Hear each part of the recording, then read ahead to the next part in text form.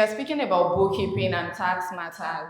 And I really want to appreciate all of the facilitators that make things very easier for us to come here because just assume we have this topic first.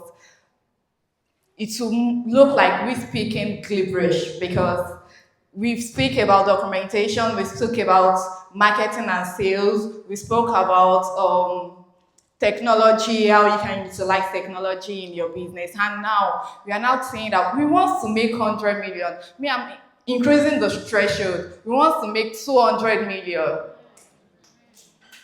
this year. This is August. We have just 4 months left. We can do it. You can make 50 million this month after this session. We can do it. So now we are now talking about bookkeeping and tax matters. When we make this 100 million, how do you keep your record? How do you tell tax people that I make 200 million as my profit as turnover, but my profit from this 200 million is just 5 million? How do you want to tell them? You just want to go there and say, I make 5 million, no. They will tell you, we've looked at your competitors in markets. We've looked at their profit margin. How is your own lower? We have a profit margin we use for a production company is 75%, and they'll give you that 75% as cost because you don't have a document. You don't have a way to substantiate your amounts. You don't have a way to verify these transactions that, oh, I spent this thing, they are accurate. So now we move to bookkeeping and tax matters. And what can I ask? Have you been doing business since like 2 years now? If I ask you, what is your profit last year? Do you know? Not really, thank you. And that's why we are here today. This whole section is for you to know this is my turnover, this is my cost, this is my profit. And I think one of the things that we mix up together is we assuming profit is cash flow. It's not the same thing. I can make profit and not have cash. So who can just give me a brief definition of, who has an idea of what bookkeeping means? I want this class to be interactive. Yeah, we know when we deal with anything that has to do with money and calculation, it's always boring. The money is not in my accounts now. Why should I be calculating it? So let us just make it interactive. Okay. From my knowledge of secondary school. Yeah, thank you. Thank you, yes. It's taking inventory of what you buy, Yes. what you sell, Yes. what is left. Yes. Thank you. So I'll say bookkeeping in a layman meaning. Let's assume that we don't even have an accounting knowledge, we don't have a business study knowledge. Bookkeeping is just like you jotting down your day-to-day transaction. I have a sheet of paper. I sold a pen for 10 naira. Inside the sheet of paper, I say pen, red pen, 15 naira. You've kept a book that way. Inside the sheet of paper, I wrote purchases. I purchased the pen before I can sell. I don't produce. I wrote purchases, 20 naira. You've kept a book like that. Inside the book, I wrote, let me say salary. You have a staff. Salary, 10 naira. You've kept a book like that. You don't have to be an accountant before you can keep a book. As a business owner, you have a responsibility. And one of the responsibility is you keeping the book. You being compliant. You might not be to a full extent, but you be compliant to a certain extent. So now we go to book. Why bookkeeping matters for a business owner. I think from my definition and from my introduction, if I should ask you why you should keep a book, you should be able to tell me one. Bookkeeping really matters for you to know your profitability index. Next slide, sorry. Profitability index in knowing if you are just doing business for business sake. Some people are running charity and calling it business. If you want to do NGO, let us know we are doing NGO. And if you want to make profit, let us know we want to make profit. Don't mix both together. So we say, are you really making profit? And how do you know if you are really making profit? I bought this good for this amount. I sold for this particular amount. And I think one of the things we mix up is a lot of people don't really calculate the indirect cost they incur in selling that product. Transportation for the likes. You go to the market, you went to buy Ankara, 15,000. For you to get to the market and come back to your office, you spend 200 as transport. A lot of people don't incur that cost. That is part of your cost. But a lot of people just say, I bought this Ankara for 15,000. If I can sell for 20,000, I make money now. Oh, and at the end of the day, somebody will come online and say, oh, this business built me a house. Then you say, it's not the same thing we are doing. No. You are doing the same thing, but in a different pattern. So the second one is, you actually know where your money is going into. The moment you keep a record, you see your expenses break through. Transportation is taking so much money. Electricity is taking so much money. It makes you look at your expenses in a cost by cost breakthrough and let you know which one can be managed. Electricity. Why is it taking so much money? We run gen for 24 hours, even when we don't have anything doing. Please off that gen once it's 5. If you want to charge, you can't charge in your house. That's what we do in our office. Once it's 5 and the inverter goes up, if you on the chain, you return the fuel tomorrow morning. So it makes you know where your money goes to. You control unnecessary spending, like I said. Then it makes you it allows you to be able to make a better decision. When I put a cost down, you have like 5 products you are selling. You're selling a blue pen. You are selling a red pen, you are selling a green pen, you are selling a pencil. If you look at your book in a week, and you sold 10 red pen, 2 blue pen, and 0 pencil, what is that telling you?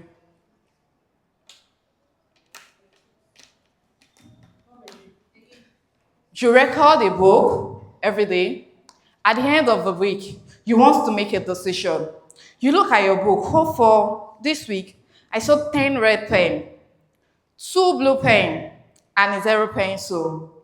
What decision are you going to make with that information?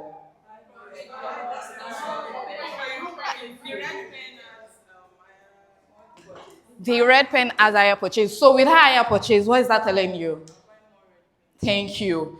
It allows you to make decision on the product you should face more and the product you still have to push out more to people. And that's what led us to the first facilitator we spoke about, social media, technology. People did not know you have this product. People did not even know the value of this product.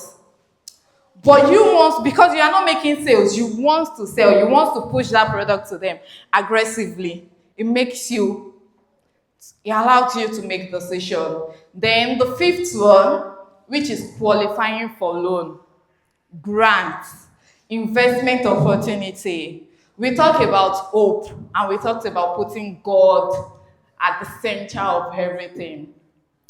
So if Pastor Funmi should come today and say, everybody here, I want to give a small business owner, because we are looking at 200 million profit now, turnover now, Abby. So Pastor Funmi can say, everybody, I want to give you a 50 million as capital, so you can have stock to sell, to be able to make that 200 million. What book do you have to present? Are we going to go to Pastor Funmi? I think everybody heard of this trend now. The girl that said, Tony, good morning. So you're not going to go to Pastor Funmi. Pastor Funmi, don't worry. I will use the money very well. You don't just worry. Pastor Funmi asked you, What has been your profit for the past 5 years and your turnover for the past? Pastor Funmi, don't worry, that doesn't matter. Just give me this money first. And we said, hope and opportunity. So all of that's why I said the two sections we have will actually give us an insight why we have to take this seriously and implement it if we are not doing that. So I put a note here. I said bookkeeping is not just about writing number in books. It helps you understand your business. It helps you understand what you have to do. It helps to, it actually raised a question to you that how much am I even making? How much am I selling? What is my expenses? What cost am I incurring that I am not even meant to incur? So that's what bookkeeping actually teaches, and that is why it really matters in business. It's not even for small business owner. In business, you have to keep a book. So now I have a simple daily record here of how a bookkeeping can be kept. So I made an example here. I said Mama that has a small business whereby she sells foods. This is what we can do. You don't have to start big. You don't have to have a software before you can keep a book.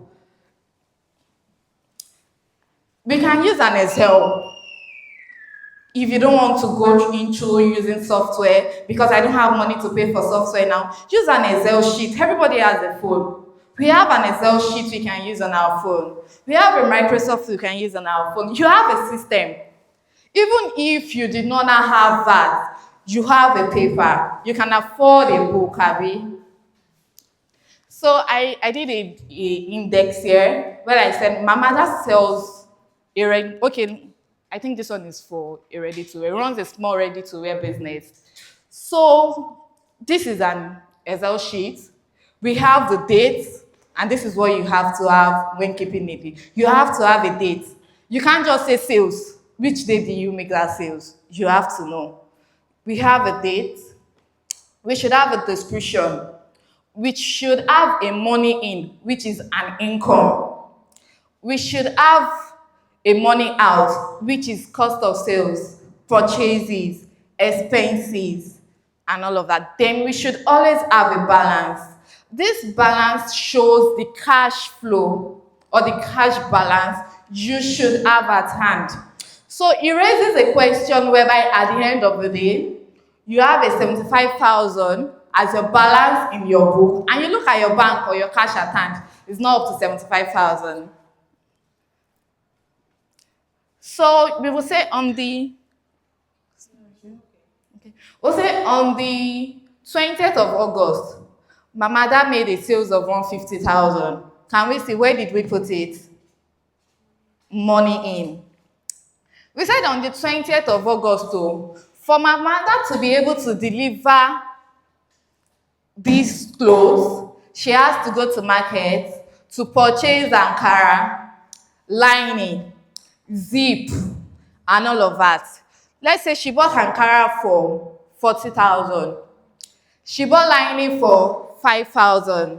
That's 45,000. She bought zip 500. That's 45,600 and the likes. So every of the expenses she's incurred in making that clothes.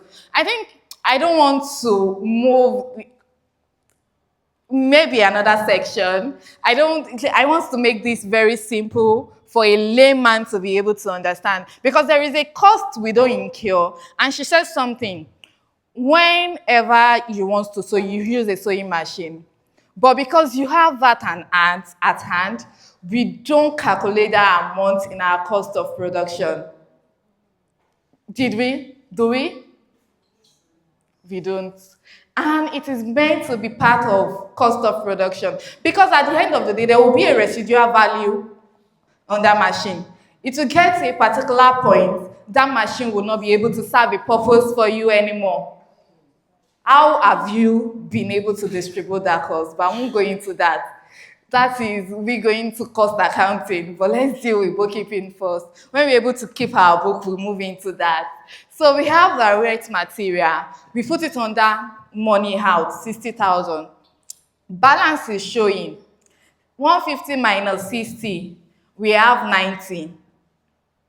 We come again. For me to get this Ankara, go and come, I use transport. Same on the 20th of August, though. For me to just deliver this 150,000 service that I rendered, though, I already had like 5 books that I have to write. I think that's one of the reasons why people did not like accounting, because you write and write and write and write and write and you will get tired.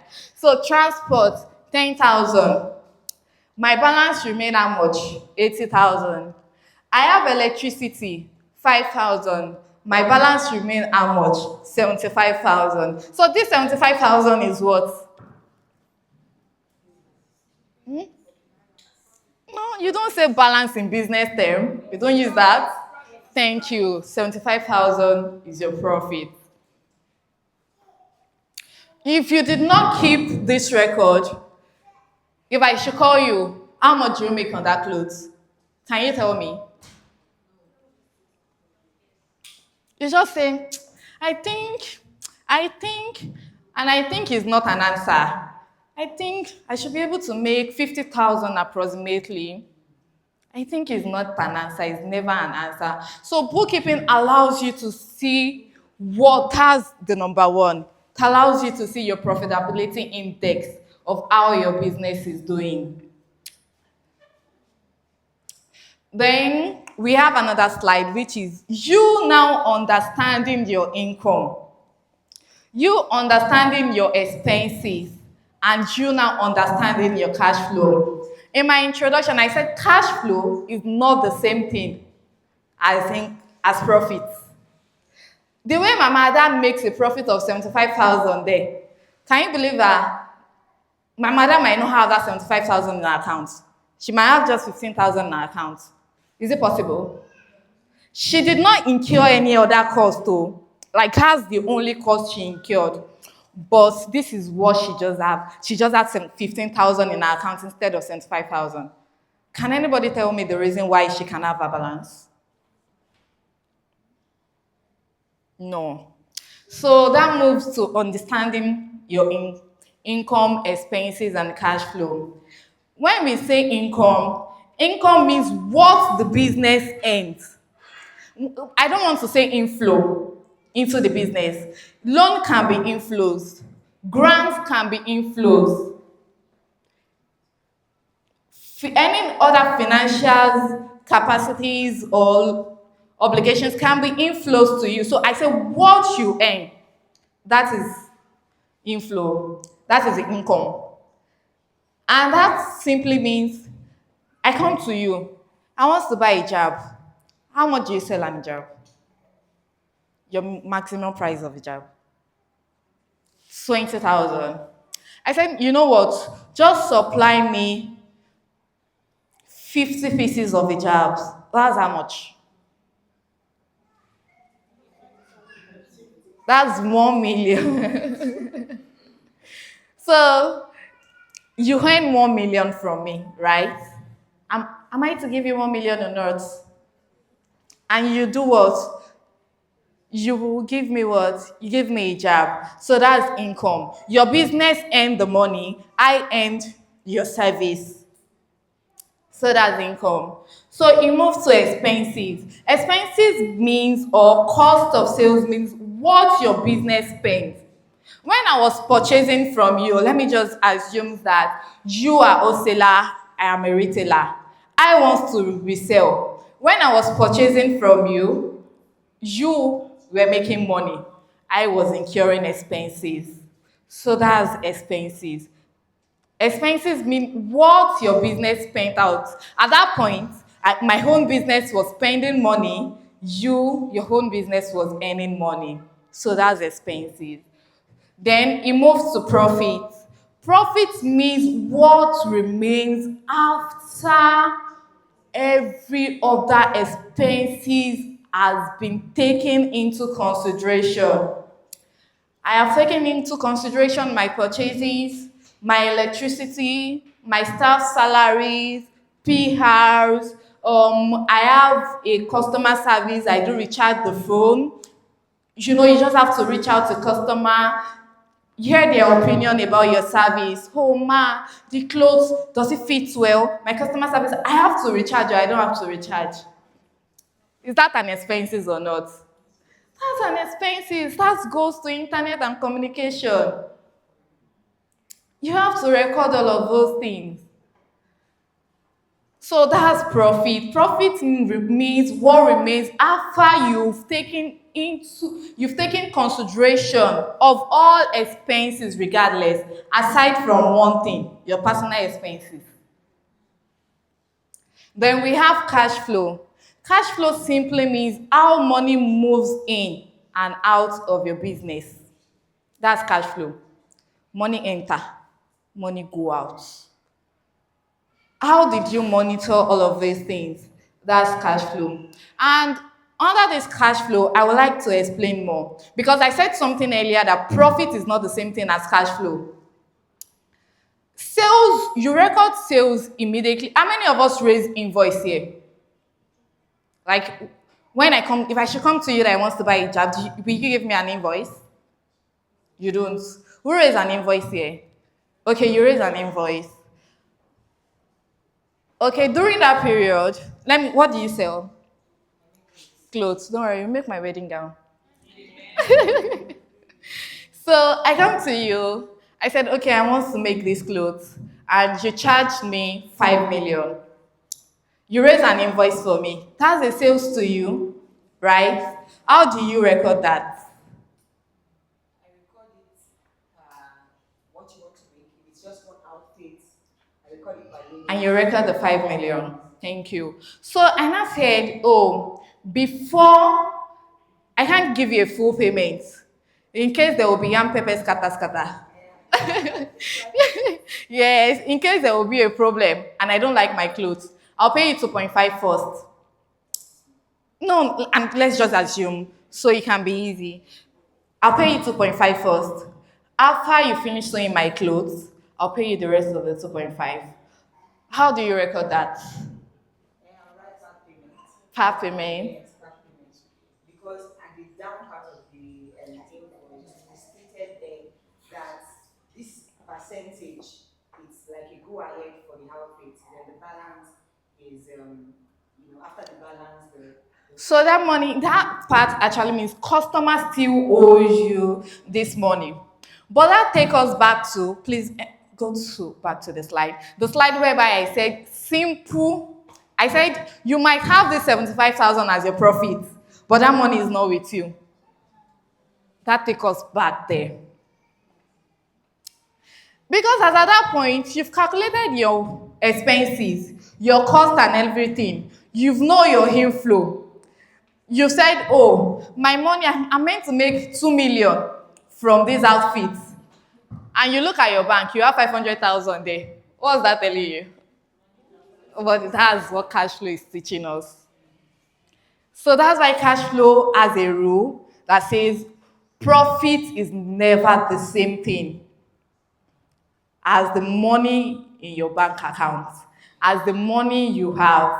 So cash flow, because this part is not taken into receivables, we call it receivable. It's not taken into the amount in the consideration. It's not taking consideration of the amount a customer is owing you. But cash flows remind us that, oh, don't look at it like that. Oh, you have 1.5 here. Go and look for where your 1 million is. Oh, it's not with me.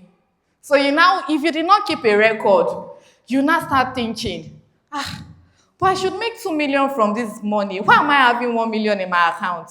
You don't have a record to prove that. So cash flows simply means the particular amount of money you have in your account. And you make a decision with what you have at hand. We Gen Z, we used to say something. There was a day, my star was giving me, she was advising me. I was looking at her. When she finished, I said, after all this thing now, what are you going to give me? She said, this advice is enough. I said, how about money? Do you remember that? Plan without money is plantain. Don't come to me like that again. I said, don't come to me like that. If you want to advise me and you don't give me money, I don't want to hear anything. So that's the same thing cash flow is telling us.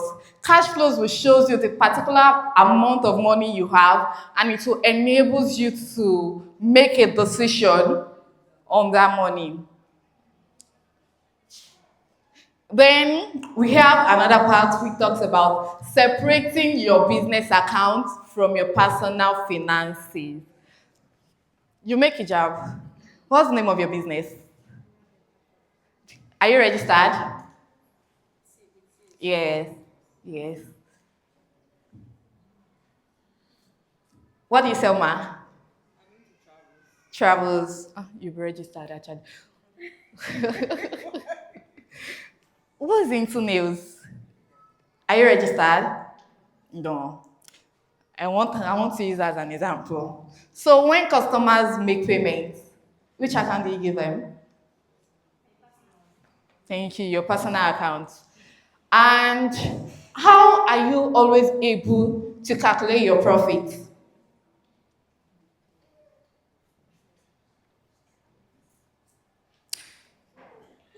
As we dey work with the chopper. Now mouth they go. You no now. You are doing business. You want to make it now. You mix your business with your personal life. You want to make it. You are removing money from that particular business. So, Abi. So at that point, you will not even know who is spending more. You don't know if you are the one eating more or is the business that is eating more. And if you are eating more than the business, I'm sorry, the business cannot grow. Because for a small business owner, and for us to be able to make 200 million, I used to tell people, if you cannot take risk, don't go into business. Whenever you want to do business, just know like, to you, to other people is business, but to you is charity. Because for the first 2-3 years, for you to find your balance, your profit has to be reinvested in that business for you to grow. So the moment you are not able to separate your personal account from your business finance, how do you want to reinvest it? There is no way. So we have to separate our personal finance from our business. And the simple rule of this, what it's saying and what it's telling us is that your business is a legal entity.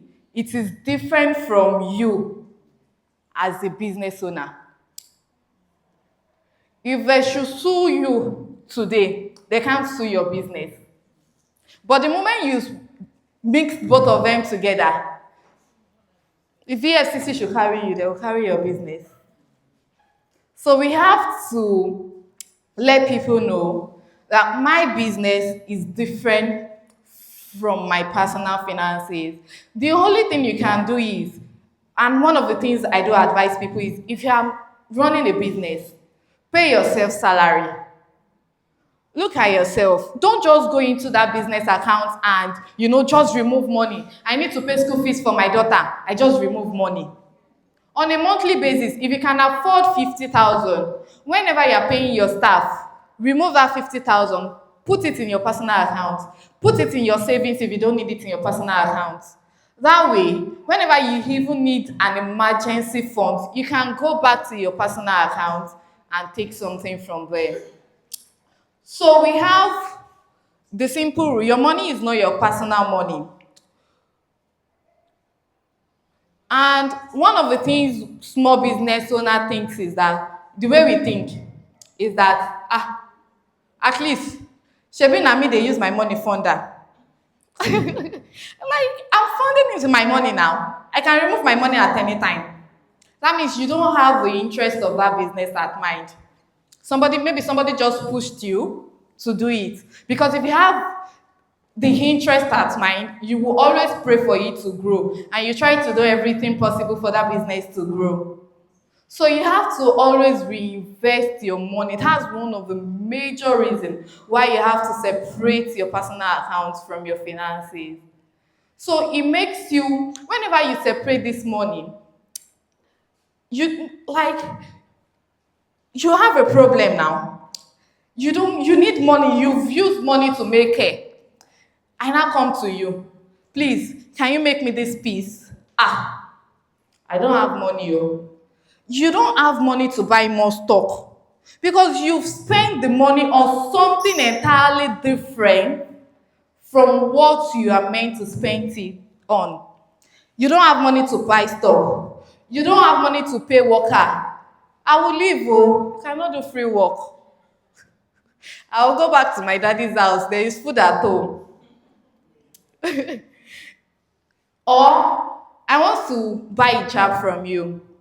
Can you produce me 50 pieces? I will pay you for 20. I'll pay you for 30. When you are done, you receive the main money for 20. But you spent the money. You don't even have money to add to the business to produce the extra 20 that I want you to produce. You don't have money for inventory. So this matters. Separating your personal account matters. You have to really dedicate a bank account. That's why when Madam Charity was talking about CAC, a lot of us have to do that. If I look at everybody here, 80% of everyone here is not even registered, and we call ourselves a business owner. You are not a business owner. Oh. You are registered. Do you file on CAC? You file return on CAC.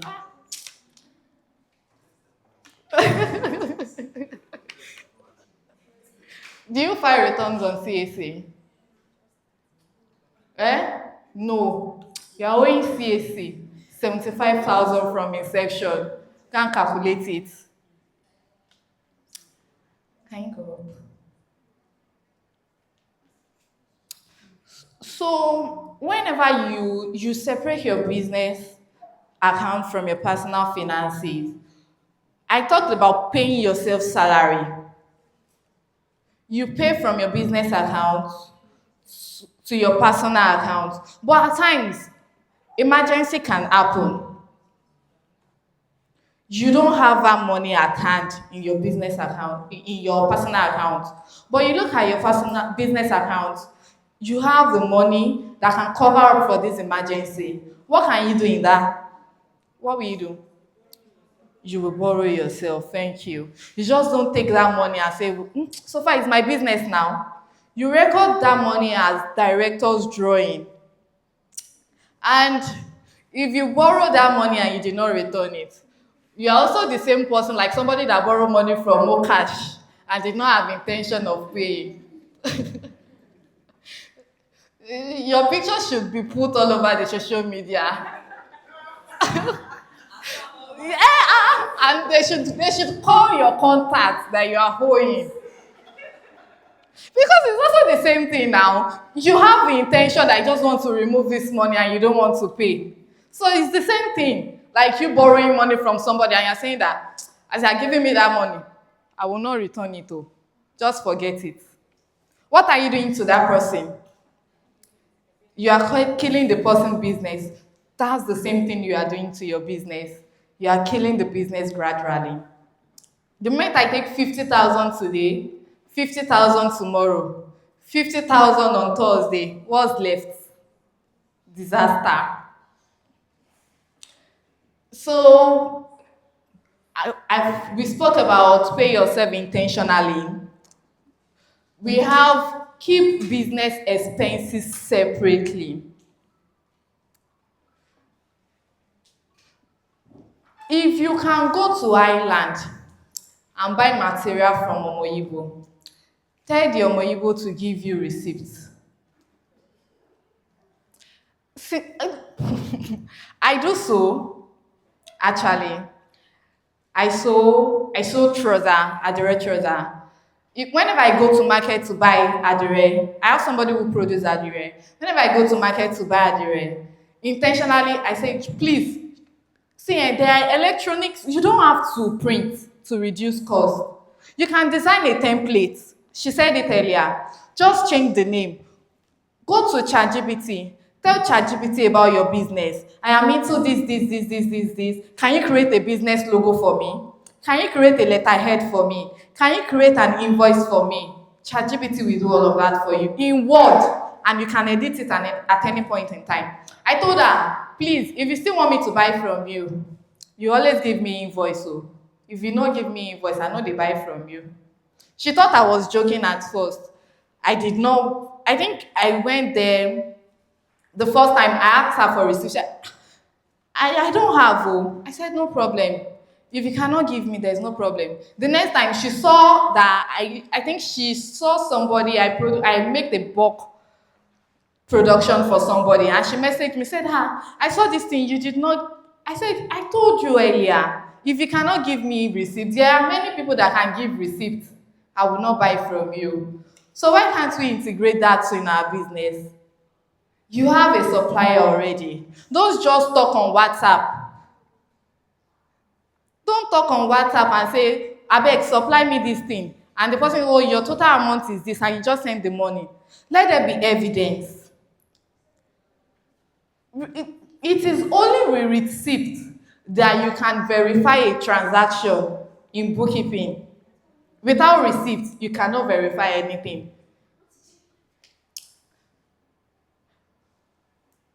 So, we separating your business accounts or your personal finances allows you as a business owner to know your actual sales and your actual profits, to know the total personal expenses you are even incurring. Because she said she takes money in her personal account. If I should ask her that, how much have you been making? Do you know? No, that will be the answer. Because she can't differentiate her business from her. She sees herself and her business like the same thing. Okay. Yeah. So I'm moving now to how to keep a record. I'll just give you a brief summary of how you can keep a record. We've spoke about using Excel, but this now leads us back to, I spoke about receipts, I spoke about invoices. This now leads us to, how can you retain these receipts? You don't have to carry files around. See, the world is now digital. You can do anything on your phone. We have Google Drive. You can create a Google Drive on your account. I did a treasure for that. Hop. You can create a Google Drive on your phone. When you have a Google Drive, create an account on Google, even your email. Yes, your email has a drive you can retain something on. I think everybody should open their email. There is a three dots at the edge of your email.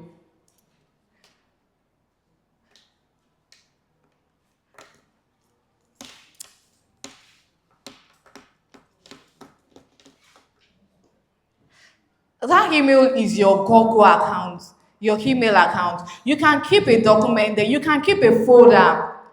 It lasts up to 6 years for you to retain on that email. So when you have a folder, just create a folder, invoices. You raise an invoice to Madam A, put it there. Invoice to Madam B, put it there. Create another folder, purchases, receipt, put it there. Another folder, electricity, put it there. Another folder, create it, staff salary, put it there. That way we are retaining documents. So now, after everything we spoke, we've discussed about now, it now leads us to basic tax awareness you should know as a business owner. Who knows VAT? I think that's the most common tax. VAT. And VAT is what? Eh? VAT is a consumption tax. That's what they call it. But am I consuming clothes? Clothes is vatable. You sell hijab. Do you pay VAT? If you are not compliant, I'll report you. And I'll charge you 1 million. I'll defend you and I'll report you. I'll charge you 1 million. How many of us have staff here? Do you pay payee? Pay as you earn. But they said there must be up to 5 staff. I don't have up to 5. You don't have up to 5. Do you pay payee? Pay as you earn. You are the business owner, even if you don't have up to 5 staff, as the director, you have to pay something we call direct assessment. God, see money. Me, I'm already making my first 20 million here. Jesus. I'm going on with cash. So this leads us to all of this. We have VAT. Whenever you render a service to somebody, you have to charge VAT on it at 7.5% of your total invoice. And that money is not your own, no. You pay it to government. If you did not pay, you will pay penalty. You will pay interest. So the government made it relievable to us, whereby they consider something we call input VAT. That's one of the reasons why I said you should always get a receipt. Input VAT is always on your purchases. They expect that for you to be able to sell and charge people VAT, you too has also purchased and you have incurred VAT on that purchases.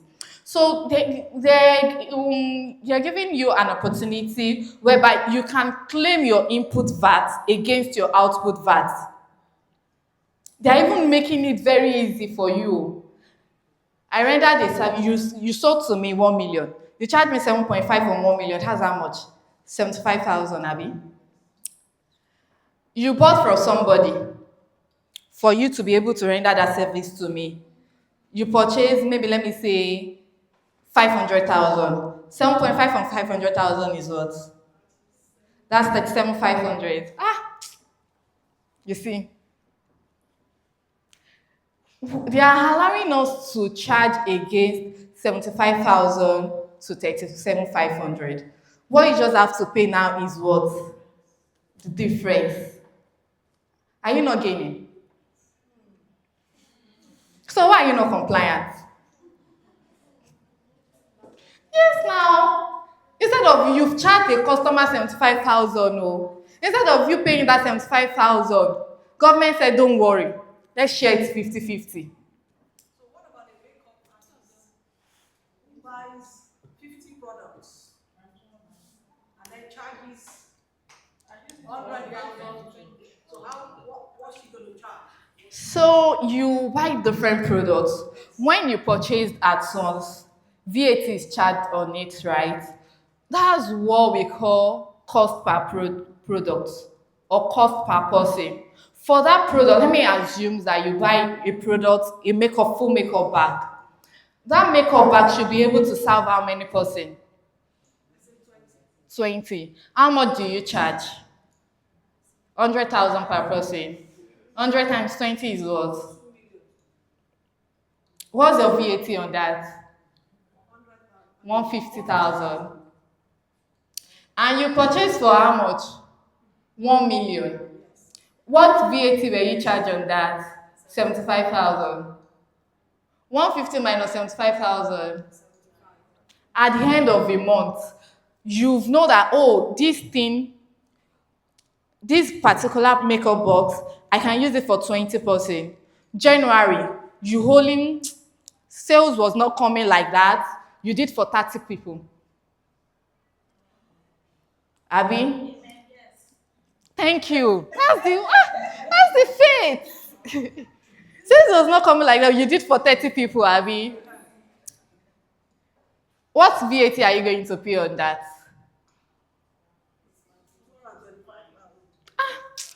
God. How you people are following my hand, though? And Gen Z are here, oh. And they are beating us like this. God of Jesus. Gen Z, you don't that's a shame. Oh. Sorry. Thank you. You give me a lunch, sha. So that's it. That's how you can calculate it. Know your cost per person. For this particular product, I can use it for 20 people. Divide it by 20. If you want to remit the VAT on an individual basis, Abby, we've already divided 1 million divided by 20. That's 50,000 naira per person. You're spending 50,000 and you're charging somebody 100,000. Charge your VAT on 100,000. Calculate your VAT on 50,000. Pay the differential. I gave you in a simple form. Who understands what she said? I know when it comes to maths, all of this. You are lost. You bought crepe for a job, right? You want to make 100 pieces of hijabs and you have to buy 10 yards of crepe. A yard can make how many in that way? You want to make 100 pieces and you bought 10 yards of crepe. A yard should be able to make how many? You don't know. No, now. We are just assuming. We are not, we just assuming. 10. Thank you. And you are selling one hijab for 20,000. You bought 10 yards of crepe per yard for 10,000. Your cost, VAT on 10,000 is how much? 75. 70. Thank you, sorry. I'm always dealing with 1,000. I don't deal with small money. I'm not used to it. And VAT on 20,000 is how much? 15 naira. Your input minus your output. 15 minus 75 is how much? 75. That is your VAT payable. So let now assume you are making 100. 75 times 100 is how much? That's 7.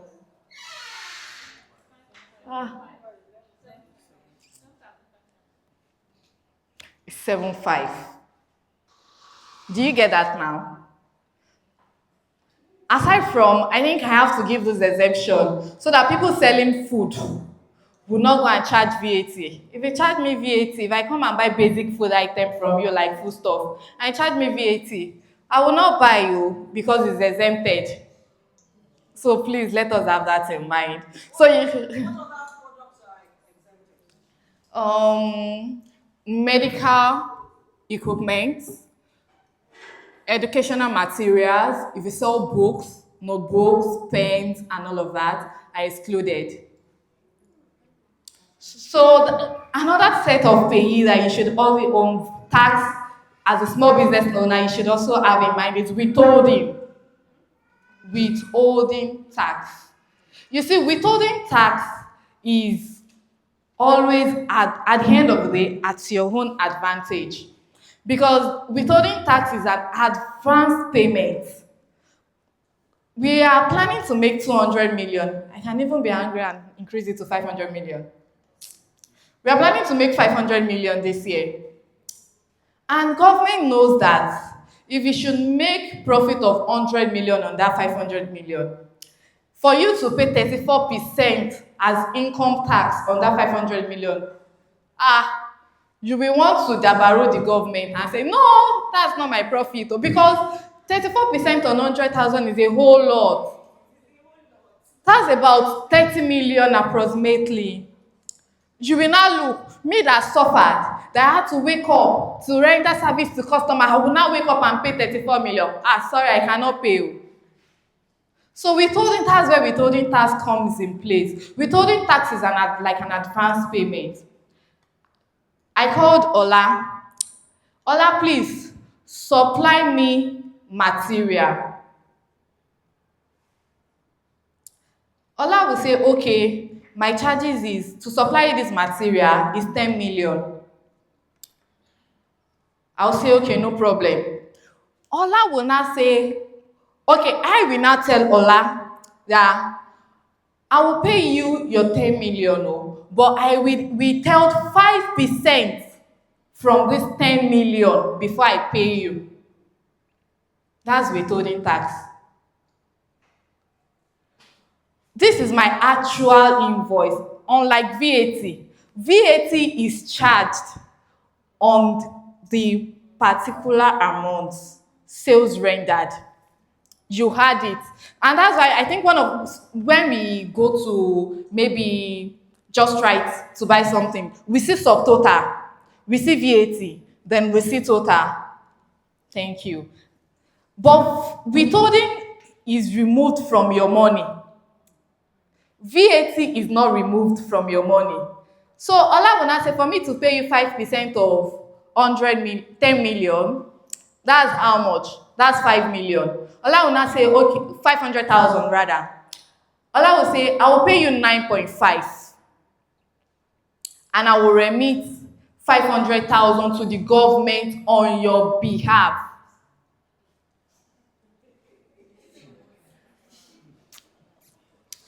At times, Ola might be a thief, and Ola will not remit that money.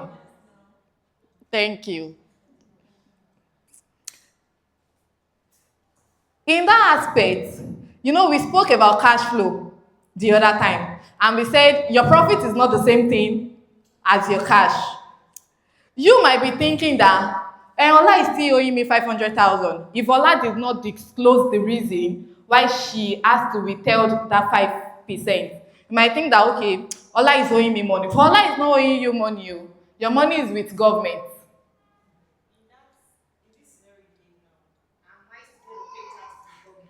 That is where we said, at the end of the day, it's always like an advantage to you. Because for you to now pay 34 million, now assume, Ola has paid 500,000. Pastor Funmi gave you contract of 500 million. Pastor Funmi has paid 5% of 500 million on your behalf. Do you have any money to pay? Even if you are going to have money, just slight differential. It consign you. You have to hold Pastor Funmi and say, pay my money.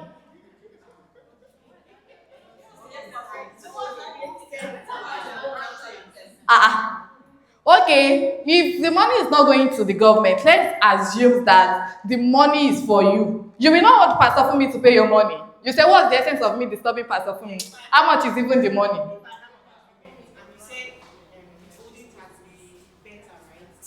And then we agreed because she said she was going to pay on my behalf. So, me, I've collected my own 490. No, 95. No, not 95. 495. You have collected your own. I've collected my own. So, it's supposed to be Pastor Funmi and the government. Did the government know Pastor Funmi?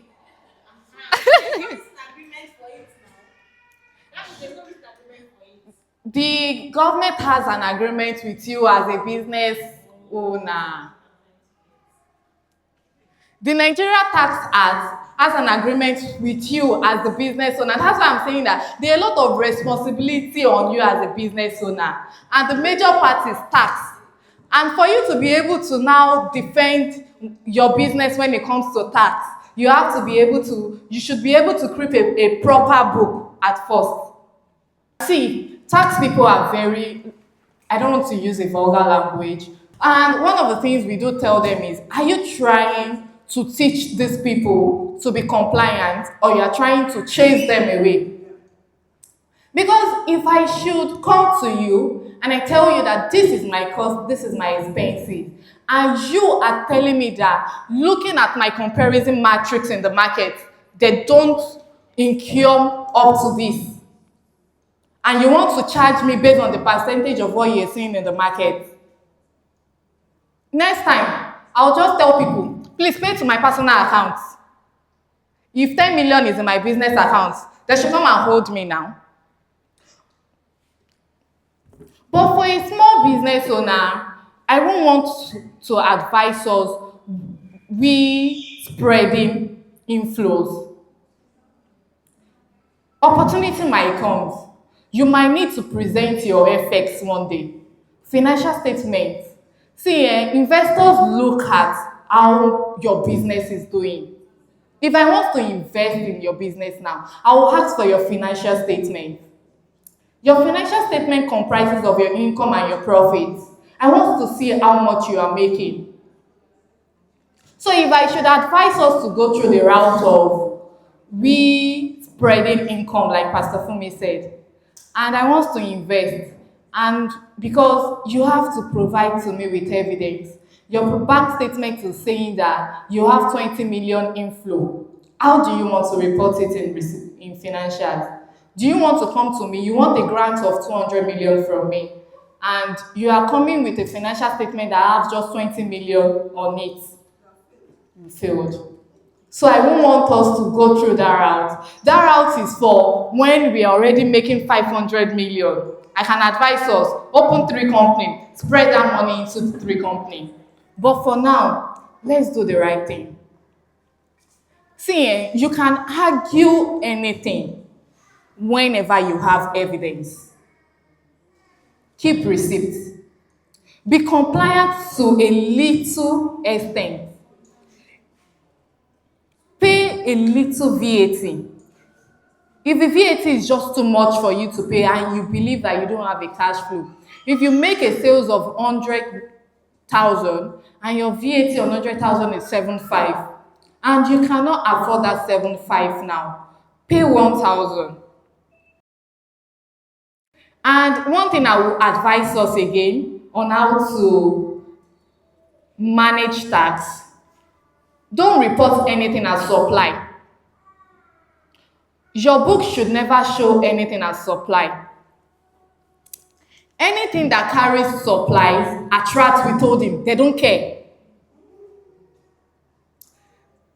Make it purchases. Purchases. Purchases actually means cash and carry. I pay, I carry. Supply means I called you. Please supply this thing to my office. I might pay you in the next 3 days. They see that as a contract. Anything that has to do with contract is 5%. So in your narration in your bank statement, don't use supply, payment for supply of makeup. Use purchase of makeup. And one thing, let me give you a hint.